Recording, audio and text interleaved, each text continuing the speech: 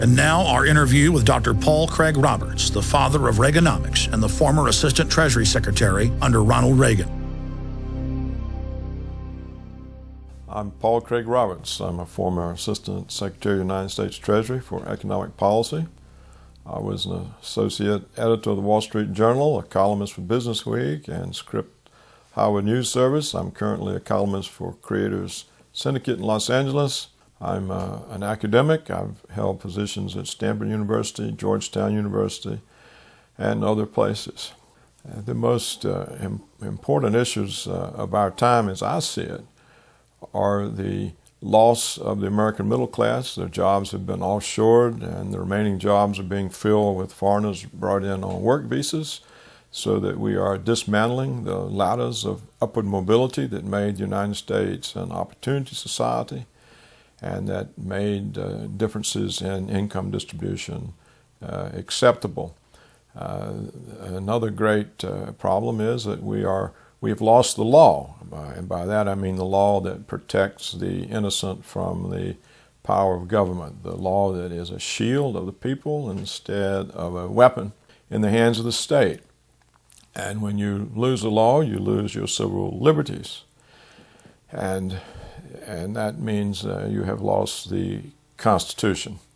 And another serious problem that we are suffering is the collection of power in the executive branch to the exclusion of the legislative and judicial branch. And so we are seeing grow up before our eyes dictatorial powers in the executive branch of the government.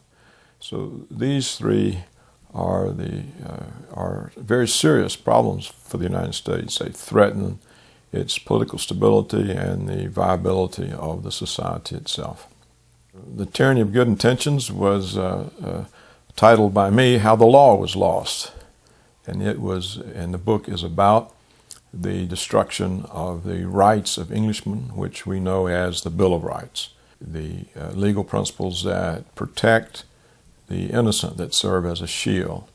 And we are seeing all of these eroded, and the law is becoming a weapon in the hands of the state. And this book documents that for each of the protections among the Bill of Rights. It shows the erosion through prosecutorial abuse, various judicial rulings, and how Americans today do not have the protection of law. Perhaps one of the main contributing factors was that you had all sorts of agendas, single interest agendas, people chasing after devils. We got to do something about drugs. We have to do something about child abuse. We have to do something about crime. And so they made the mistake that Sir Thomas More warns against in the play A Man for All Seasons, that if you cut down the law in pursuit of your agenda, what do you do when the devil turns around on you and you've lost the protection of the law? And that's exactly what has happened. We had various individual agendas that were deemed to be very important. For example, we have to do something about the mafia. We have to do something about drugs, and so on and so on. And so each one of these agendas, by pursuing it, eroded protective features in the law. And so the law was lost. The rising police state is already a product of losing the law, of the protective features of the law. That automatically gives you a police state. And in addition, we've had all the fear engendered by 9/11. And this fear was used for an even heavier assault on the Bill of Rights, the assault on habeas corpus, which prevented indefinite detention without charges. We've lost that right. All the due process rights, all the procedural rights that make it possible to enforce civil liberties. You can tell somebody they have a right, but if you take away the procedural mechanisms by which that right is enforced, they don't have the right. the erosion of our legal protections began long before 9/11 or the Bush administration. It was already moving along, and that made it easier then for the Bush regime to use 9/11 for an even fiercer assault, and that's where we stand today. Generally, when governments get powers, they don't roll them back, and we've not seen the Obama administration roll back any of the powers that Bush and Cheney claimed. I can remember when the police viewed themselves as the public servants and as protectors of the public. But in recent decades, the police have been militarized, and they now see the public as the enemy. And we see this in the enormous number of instances of police brutality toward people. Needless brutality. There'll be beatings, taser people for which there's no reason. And so, what does this mean? It means that, again, the police agencies of the state, the enforcement agencies, now view the public as an enemy, not as something that to which they are accountable. So it shows, again, the breakdown in accountability of executive agencies to the people. And, of course, the police are now probably as dangerous to the public as criminals. And part of it, of course, was unleashed by the breakdown in the protective features of law. Because when, for budget reasons, you need to solve a lot of crimes or pull in a lot of people, they start planting drugs on people. The wide range of police crimes grew so that they could have more and more success in convicting people. So it's now something that's turned against the people, and perhaps is on the verge of doing so in a big way. If there's some sort of social breakdown, the police will probably be a danger to the public rather than a protector. The Posse Comitatus Act was to be sure that we were never oppressed by the military forces of our own government. And if you see that breaking down, then it tells you that the government somehow feels illegitimate, or it feels it doesn't have the support of people, or that it may be in a position in which it doesn't have support of the people, and therefore it would have to rely on coercion.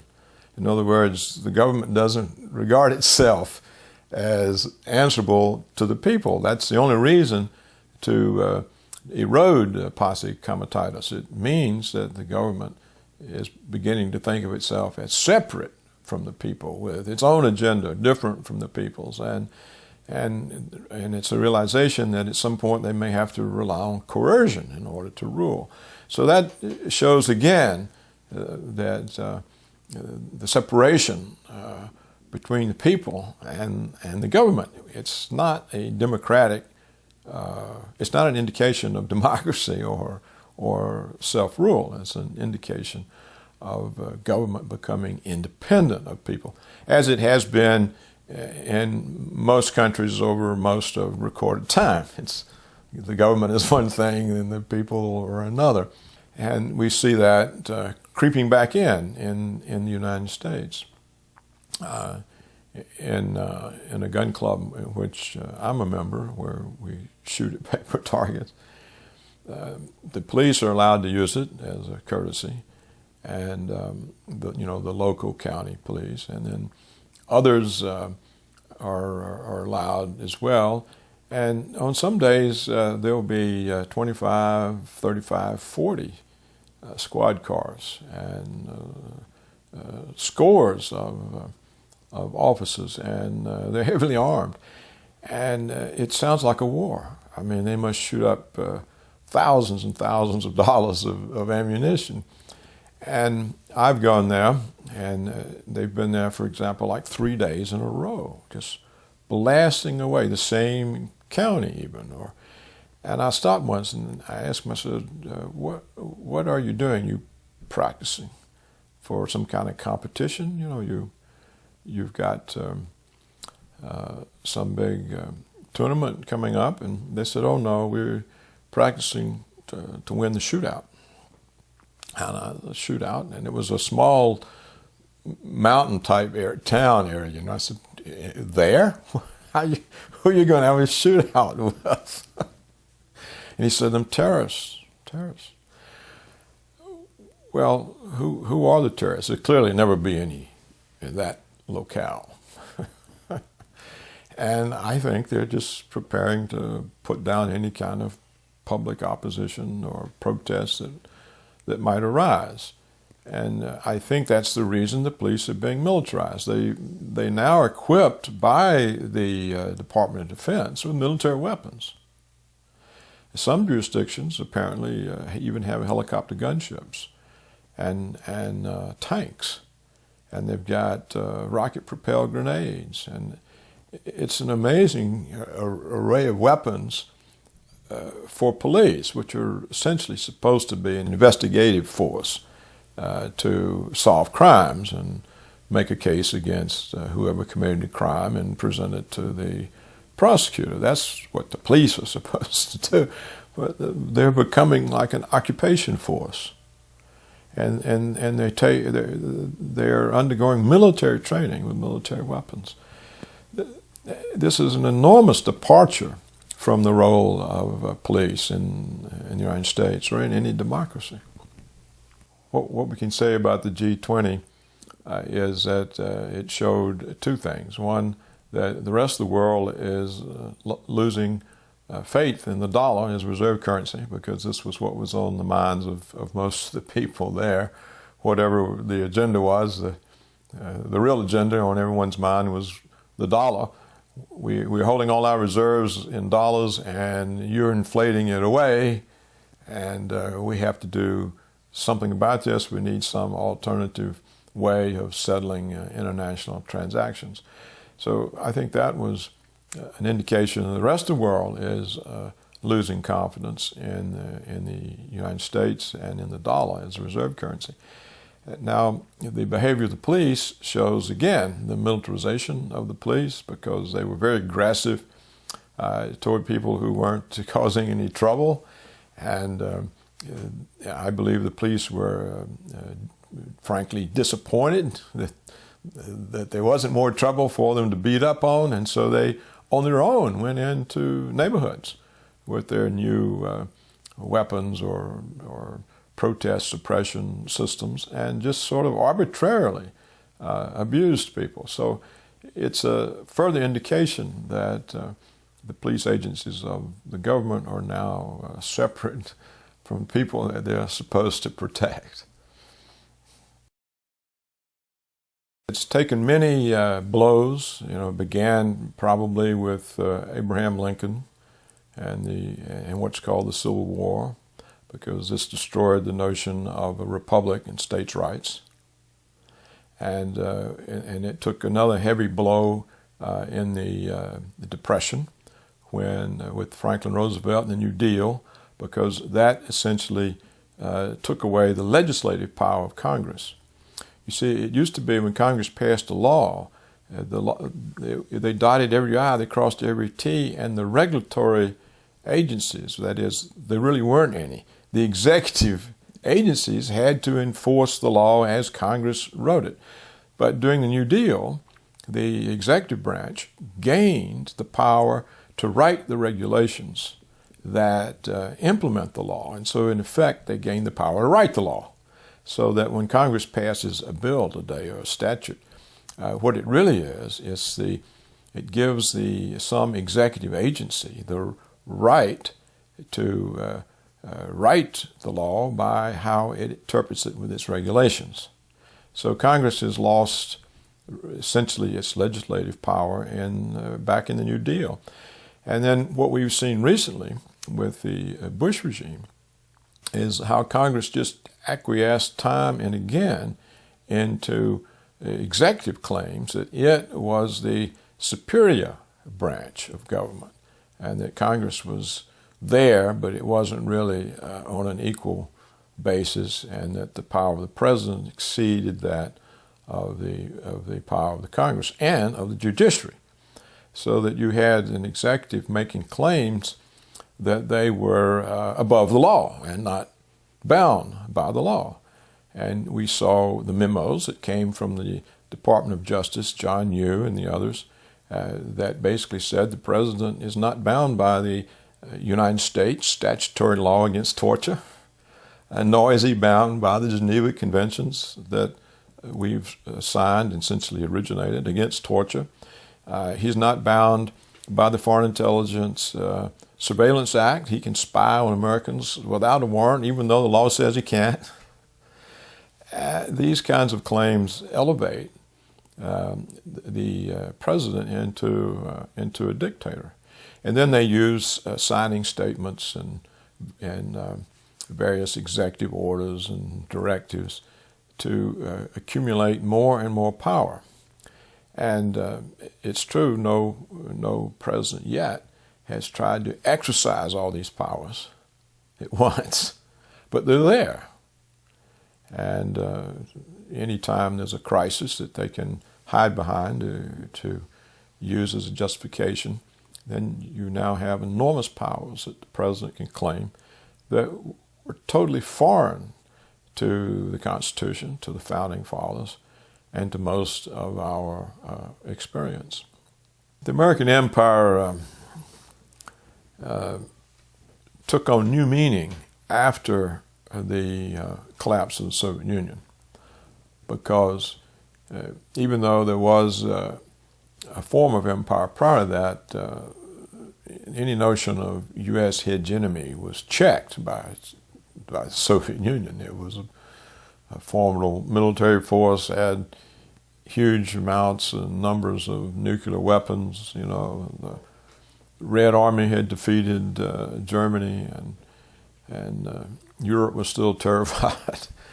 So the notion that we had an empire was somewhat different compared to what was possible when the Soviet Union collapsed, because we very quickly broke all our agreements that Reagan had made with them and began behaving aggressively. And it let the neoconservatives start preaching empire in a new way, by which it means to them U.S. hegemony over the whole world. You know, that we simply rule the world. And they had not just military justifications for that, but they had these justifications that we are an exceptional people, and that we are the virtuous people, and so we not only had the right, we had the responsibility, the obligation to impose ourselves on the world. So this form of empire is new. The funny thing about this new empire is it's coinciding with the beginning of large-scale jobs offshoring. So while we are telling ourselves, hey, look, we are this new world empire, there's nobody to block us, we're sending all the manufacturing jobs to China, all the middle-class engineering jobs, the software engineering jobs, the information technology jobs, everything that people were using to rise up, to have upward mobility and to have a strong middle class, we start destroying that. So we are destroying one of the bases for being powerful, just at the same time that we get this notion that we are. And the same with the dollar. We start then, because of all the offshoring, the trade deficit explodes. You see, if you take production that you're making in the United States and you move it abroad, you've destroyed it here and you've created it to wherever you moved it. It's now Chinese, for example. When it comes back, it's an import. And so the offshoring creates huge trade deficits. Well, and that then puts the pressure on the dollar. So that's the funny thing about this new neocon version of empire, that it rose up right while we were destroying the middle class, the manufacturing base, the engineering jobs, the middle class jobs, and the dollar. We're destroying the dollar in the process. Well, the only real reason that we were a superpower was that the dollar is the reserve currency, which means we can pay our bills in our own currency. We don't have to earn enough from exporting. We don't have to earn enough foreign exchange to pay for our imports. So we can run huge trade deficits because we just hand them dollars. We have simultaneously expanded our military adventures, which are also very costly and have to be financed. In fact, you could say essentially that our wars are financed by China. The Chinese, the trade surplus that the Chinese have with the United States, if recycled back into the United States, covers the cost of our wars. So how are you a superpower if your foreign creditors can cut you off just by not financing your deficit anymore? You've got no way to conduct war. We don't have the money to pay for it. The current operating budget of the United States government is 50% in the red. I mean, we probably couldn't even pay the president if the Chinese wasn't financing it, or the Japanese, or the Arab oil Emirates, Saudi Arabia, the people who have substantial trade surpluses. It's the recycling of those surpluses that finance the government, or that has been financing the government.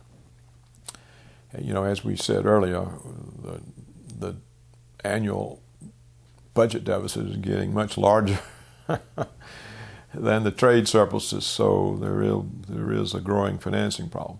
So in that sense, the American empire that the neocons had in mind, which was a bigger, a different kind of empire than previously, an unchecked empire, that was undermined even as the ideas were being put into their heads. It was undermined by the loss of the jobs, the manufacturing base, and the beginning of serious erosions on the dollar. You know, on December the 3rd of 2009, I think it's the first time in history that 1 Swiss franc is now worth more than 1 US dollar. When I was a young man, there were 4.2 Swiss francs to the dollar. A number of years ago, I guess maybe 4 or 5 years ago, I predicted at a Brookings Institution conference in Washington that the United States would be a third world country in 20 years. And I think I'm sticking to that. Now, what could we possibly do? Here's a possible scenario to solve it.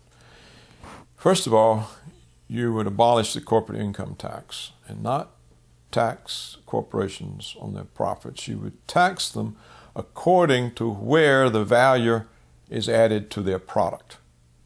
If they are producing abroad for American markets, and the value to their product is being added in China, for example, you would have a very high tax rate. But if they are producing in the United States and the value added to their product is in the United States, they'd have a low tax rate. That might offset the huge labor cost advantage of jobs offshoring and may bring them back while there's still enough knowledge here to do the job. Ralph Gomory has made that proposal and I support it. And the other thing you would have to do is you would have to save the dollar as reserve currency. And so how can they save the dollar as reserve currency? What they would have to do is get both the trade and the budget deficits under control. How could they get the budget deficit under control? Well, obviously they'd have to stop the wars. They'd have to bring back everybody from the 700 military bases. They would have to slash the military budget. We don't need a military budget that's as large as the rest of the world put together. We have vast oceans on our east, on our west. We have puppet states on our north and our south. There's nobody can invade us. It can't happen. You know, the Canadians are an American puppet state. The Mexicans are an American puppet state. You couldn't possibly bring an invading army across the Atlantic or the Pacific. It's just not. So we don't have that huge budget for defense. We have it for hegemony. And we can't afford the hegemony. It's costing us our reserve currency status. So we could get that under control.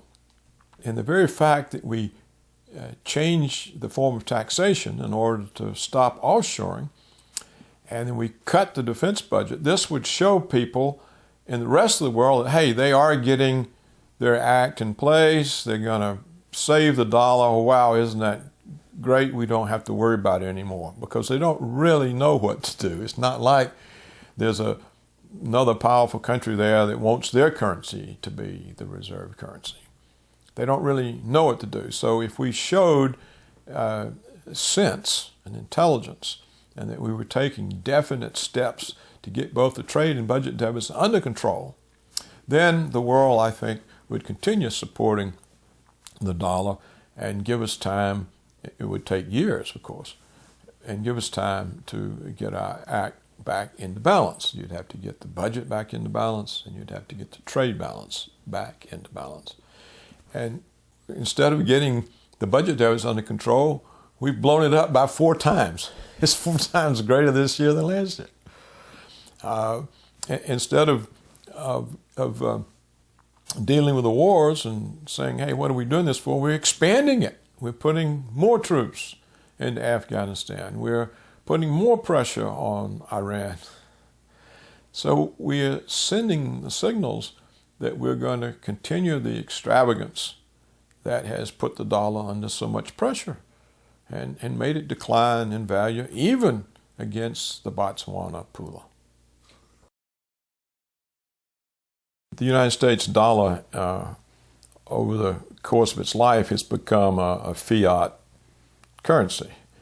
It didn't start out that way. It started out backed by gold and to some extent in different times by silver. And it therefore was commodity money. It actually could be redeemed in precious metals. Americans could still exchange paper currency for gold and silver in the early part of the 1930s, until President Roosevelt made them turn in the gold. And therefore he took the domestic economy off of gold and made it a fiat currency, except there were still a few Federal Reserve notes that were silver certificates and were backed by silver, and the coinage remained silver. As the fiat part of the currency expanded, it put pressure on the ability to maintain a silver coinage, and they got rid of that in 1968. And so that was the last of our silver coinage. They also got rid of the silver certificates that were Federal Reserve notes. And then in the early 70s, Nixon ended any gold connection to the dollar in international transactions.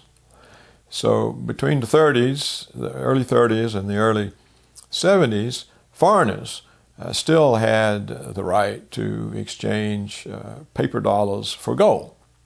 And that was the basis on which the dollar became the reserve currency, taking the place of the British pound after World War II. But as the supply of paper dollars grew and grew, the rest of the world began to see that they couldn't be converted into gold. And when the French made an effort to convert their holdings of dollars into gold and asked the United States government to take the dollars back and give them the gold equivalent, Nixon closed the gold window. And so since the early 70s, there's been no connection between the currency of the United States and precious metals. We still had a copper penny. The penny was still a commodity money, and that ended in the early years of the Reagan administration. I can still remember the Treasury meeting when they said they were going to take the copper out of the penny, and I protested, and I said, well, you mean we can't even have an honest penny? What kind of country have we become? This is the situation today. It's a paper that can be printed endlessly, and yet there has been a certain amount of discipline. They have not really run the presses because they've been able to finance their budget deficits through issuing bonds, and people buy the bonds. And when the American saving rate evaporated, the trading partners of the United States, who had large trade surpluses with the United States, used their trade surpluses to buy the Treasury's bonds. And so the money that we would pay out to them for imports would recycle and then come back and finance the government's budget. So we haven't really had to print money on the level of a banana republic in order to finance the current operating expenditures of the government until recently. It's coming upon us because the fiscal year deficit in 2009 is 4 times larger than the fiscal deficit of 2008. And it's much larger than the trade surpluses of our trading partners. And therefore, there's not enough dollars to recycle to finance the deficit. And the same thing is occurring in 2010. The deficit, again, is huge. And the government itself forecasts it's going to be $1 trillion a year for the next decade. So that's 2.5 times for 10 years the size of the 2008 deficit. And the rest of the world doesn't have this kind of surplus savings or surplus from their trade with the United States to buy all these bonds. So there's no way to finance them, in my view, except to print the money. One exception would be another decline in the stock market. If the stock market busts again, which it's likely to do, then people fleeing for safety will buy the bonds because that's traditional. I mean, it's habit. It's the way people behave. When they get scared of in stocks, they run and get into government bonds, and they still think the Treasury is a safe place to be. So that could finance a near-term deficit, but that'll only work once because, after the stock market crashes again, it's not likely to have a whole lot of people going back into it. So that's what we face. We face these very large deficits for which there's no obvious way of financing them except to create new money. And the way that happens is when the Treasury takes a bond, takes its new debt to auction. It says, okay, this year we've got X billion, this quarter we've got X billion of Treasuries, and submit your bids, and there are not enough bids to take the bonds, then the Federal Reserve steps in and buys them by creating checking accounts for the Treasury, and that is how they print money.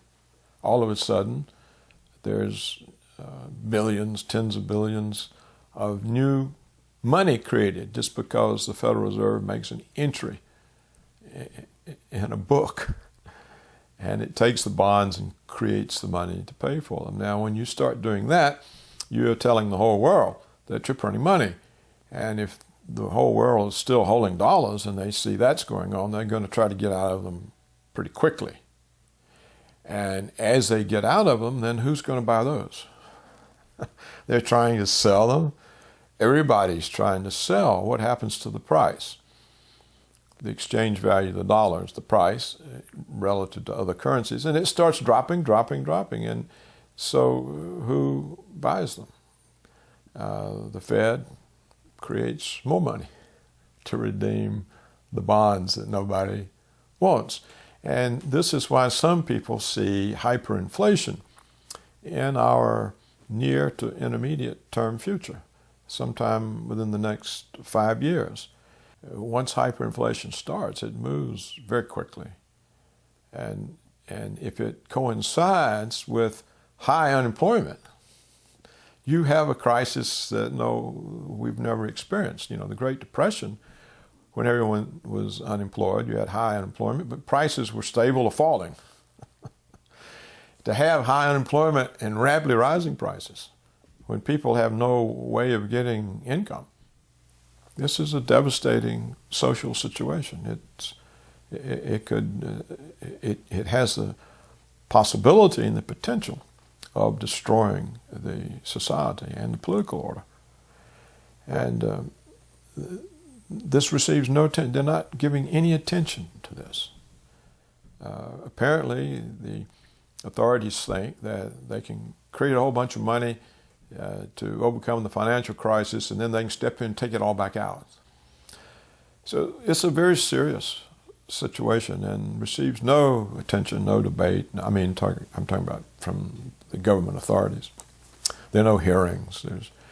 The financial press avoids it. You could say that Goldman Sachs has run the Treasury since the Clinton administration. You had one Goldman Sachs CEO who was Secretary of the Treasury, and with Bush, you had another Goldman Sachs CEO who was Secretary of the Treasury, and now with Obama, we have a protege of Goldman Sachs as Secretary of the Treasury. We have all the testimony about how Goldman Sachs convinced the Securities and Exchange Commission not to require the investment banks to have reserves so that their leverage could just go up and up and up. And so you could say, who's running the policy? Or interests whose short-term interest is enriched at the expense of the long-term interest of the country. Now, whether they know that or not, or whether their time horizon is just very short, that it's this year's bonus. And at all costs. And we're a superpower, and we're full of hubris. And everybody will bail us out and do what we want, and why do we have to worry about it? We're getting it now. It could be that sort of a mentality, I don't know. When was it that the Romans realized that they were finished? When, along the long decline that they went through, did it finally, or did they think the whole time it's just some kind of setback? We're the world's power. We're the world's superpower. Nobody can field an army like ours or supply it, or they don't have administrative systems, these barbarians. Can't even maintain a siege on a city because they have no supply apparatus. And they're similar to the kinds of things you hear people say about the United States, why, we don't have to worry because we're the top dog and blah, blah, blah. So it could just keep people blind. Hubris can blind you. When I sit and think about it and I say, when we were there, could anything like this have happened? And you say no. But again, Reagan was way back. Things change. The United States had a large middle class, and it was possible in the United States for people to rise up and And that's how the middle class grew. And it was based on good manufacturing jobs, which were high productivity jobs because of the technology and capital with which Americans worked. So they produced a lot, so you could pay them a lot. And it was based on education. And we have all these huge numbers of colleges and universities and a very large percentage of people who went through university. Now, when you take the jobs that those people used to go into and you move them offshore, or you have them fulfilled by foreigners who send in the work over the internet, or you discharge your own workforce and bring in foreigners on work visas, then you have ended the ability of people to rise. You have destroyed the value of an education because the jobs that people were used to taking are no longer there for them. They've been moved offshore or filled with foreigners on work visas. And so you undermine the strength of your own society, and that's what we've done. Now, why did this happen? It's a result of two things. One, the collapse of world socialism. When the Soviet Union collapsed, the whole notion of socialism collapsed. China gave it up. India gave it up. So suddenly, the vast underutilized populations in India and China were available to American capital or any first world capital. Previously, an American company couldn't go into China and produce for the American market. The Chinese wouldn't hear about it, and you couldn't do it in India either. This opened up the extreme numbers of Indians and Chinese to work for American firms. And American firms said, hey, look, if we move from Illinois or Michigan or wherever to China, we can hire labor at a tiny fraction of the cost. Plus, we don't have other problems. There's less regulation. The government's not on our back all the time, the unions and blah, blah. So the collapse of world socialism was important. The second thing that was important was the rise of the high-speed internet. Because the high-speed internet lets intellectual work, lets engineering work, software work, design work, even radiology. You know, now the hospitals send the CAT scans or the MRIs to India to be read because they do it for $20 and they don't have to pay the American trained doctors to do this. So all sorts of intellectual work that used to provide good jobs, you know, really comfortable salaries, good careers for Americans can now be done anywhere in the world, sent in on the internet. And then the remaining jobs that are still here, the corporations have learned they can bring people in on work visas and supplant their own workforce. And they don't have any obligations to these people on work visas. They don't have any pension obligations. They don't have any career obligations.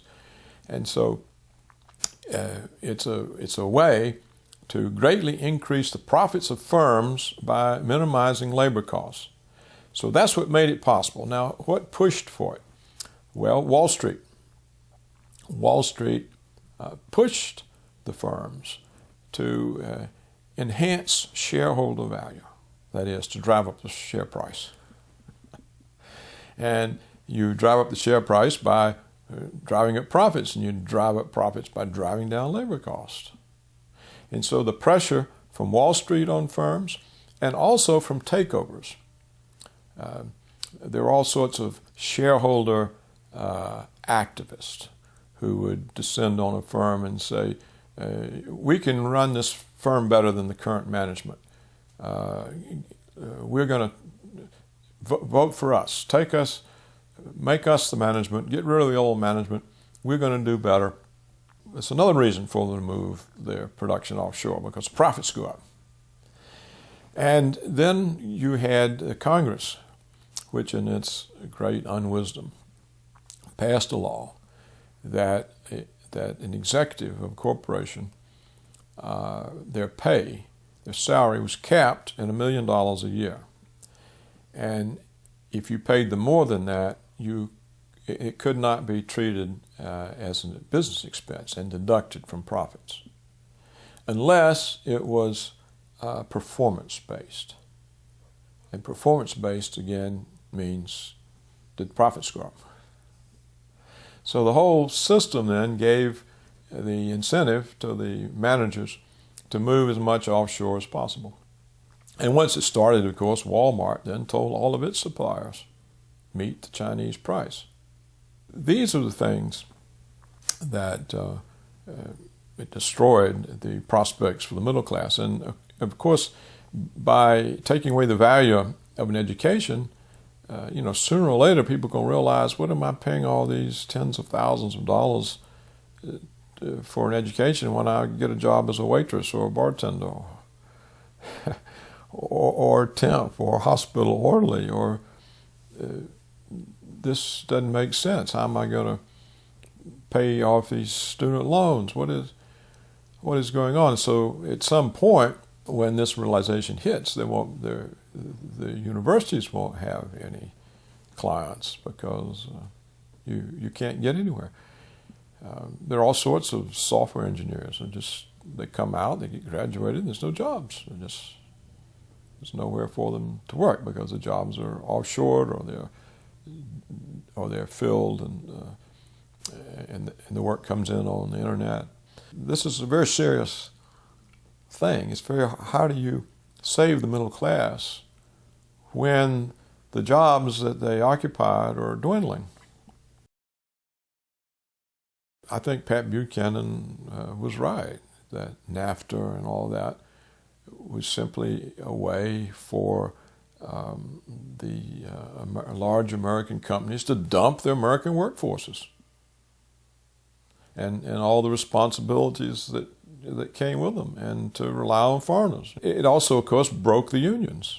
I mean, the unions are essentially wiped out because the industrial jobs are gone. So there were probably many motives of that sort behind it. And it shows the inability for government or leaders to, and even those who are serving their own interests, to realize what the unintended consequences are of what they're doing. See, in the end, all of this destroys the American market for the offshore goods, because when you lay off your workers and you make the goods with, say, Chinese, and you bring them back in here to sell them to people, well, the workers are laid off. Where they got any money? When you divorce a significant percentage of your population, if you divorce their incomes from the production of the goods and services that they consume, they can't buy them. The net effect, over the longer period of time of what these people have done, the corporations, the government, is to destroy the American consumer market. And this can get destroyed even faster if the dollar loses the reserve currency, because then its value declines even more dramatically against the other currencies, and so the import prices go way up. You see, we're always bidding up on China. Why? You've got your currency undervalued. Raise the value of your currency. Well, is that what you want to tell somebody, that you're heavily dependent on imports from China? Push up your prices. You see, there'll come a time when Americans walk into Walmart and they think they've walked into Neiman Marcus. You see what I'm saying? The minute the dollar declines to the Chinese currency, wow, prices are going to rise. People don't have incomes already. How are they going to pay these prices? So just the complete absurdity of the whole thing. I mean, it's really an absurd situation that we have gotten in, and it shows a complete failure of leadership, politically, intellectually, business-wise. And the people themselves, they don't pay any attention. Who knows about this? It's the laid off people who know about it. The ones who are laid off. Everybody else is somewhere else. How bad can it get? It can get worse. And it will get worse. And it's also the reason why the traditional stimulus programs to deal with unemployment don't work. You see, in the post-World War II period, recessions were generally engineered by the Federal Reserve in order to cool down labor demands for higher wages, and because they thought that was inflationary, and they would, anytime the economy got booming, they'd just turn off the money, cause a recession, let things cool down, then they'd start the money back and things would pick back up. Well, the jobs were still there, so the factories could call the workers back to work. But the jobs aren't there anymore. So to say, hey, here's easy credit. Look, we've got historically low interest rates. We've got historically high budget deficits. Both of these things are considered to be major stimuli to the economy. And yet nothing's happening. Nothing is happening. And why? Because the jobs aren't there. Certainly, over the course of its history, the Federal Reserve has caused a lot of problems. For example, right after it was created, it caused the Great Depression. It didn't do it on purpose, but it failed in its responsibility to be the lender of last resort to the banks. And when the banks were failing because of runs on the banks and the inability to call in loans fast enough to pay off depositors, it was a responsibility of the Federal Reserve to get up carloads of cash and rush over to the bank and deliver it so they could pay off the customers and stop the runs. And as the banks failed, the money supply shrank. You know, every time a bank failed, in those days, there was no FDIC, no guaranteed deposits. So when a bank failed, the money supply shrank by the amount of the deposits in the bank. So there were a lot of bank failures, so the money supply was shrinking. And the Federal Reserve did take expansionary actions. They just never took them enough to offset the shrinkage. They misjudged, or they didn't know what they were doing, or something. But the net effect was the supply money shrank. You know, by 25%, by a third. Well, if the supply money shrinks, you can't maintain the same level of purchases and employment. And so when you shrink the supply of money, you shrink sales, you shrink employment, you get unemployment, you get falling gross national product. And that's what happened. And the entire decade of the 30s was troubles, serious troubles for people whose whole lives were disrupted. And it was because the Fed failed to do what it was established for. Now, so either this means that there's not enough competence to go with the power, or there's not enough accountability to be sure that they're doing the right thing. Maybe they're too independent. Maybe there needs to be additional levels of oversight so that these kinds of mistakes don't happen. And since the end of World War II, we've had the opposite problem. Instead of shrinking money supply, they've let it grow too fast. And so we've had inflation. There's enormous inflation over my lifetime. Enormous. And that means the Federal Reserve is conducting policy inappropriately. They weren't established to create inflation. You see, if you've got 3, 4, 5, 6% inflation year after year after year. It compounds. And the value of the dollars ends up worthless. You can be very critical of the Fed. You can say it's done far more harm than good. The reason they made it independent was they didn't trust the government not to manipulate it. But you can't trust the government, that's for sure, but you can't trust anybody with unaccountable power. So you have the same problem.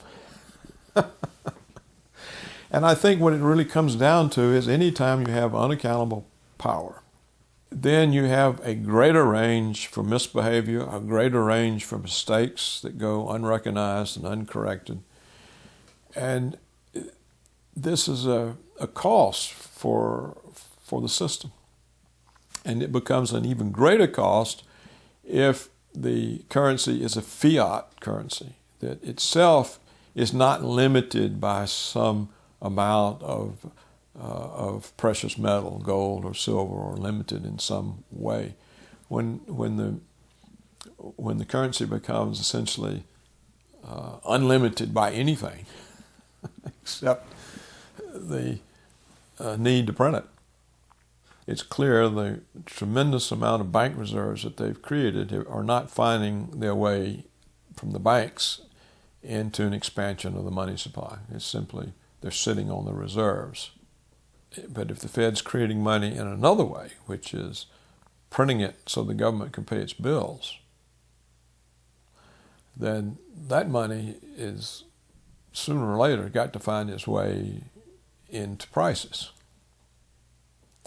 And the more unemployment there is, the quicker it'll find its way into prices, because there's less goods to absorb the money, so it drives them up.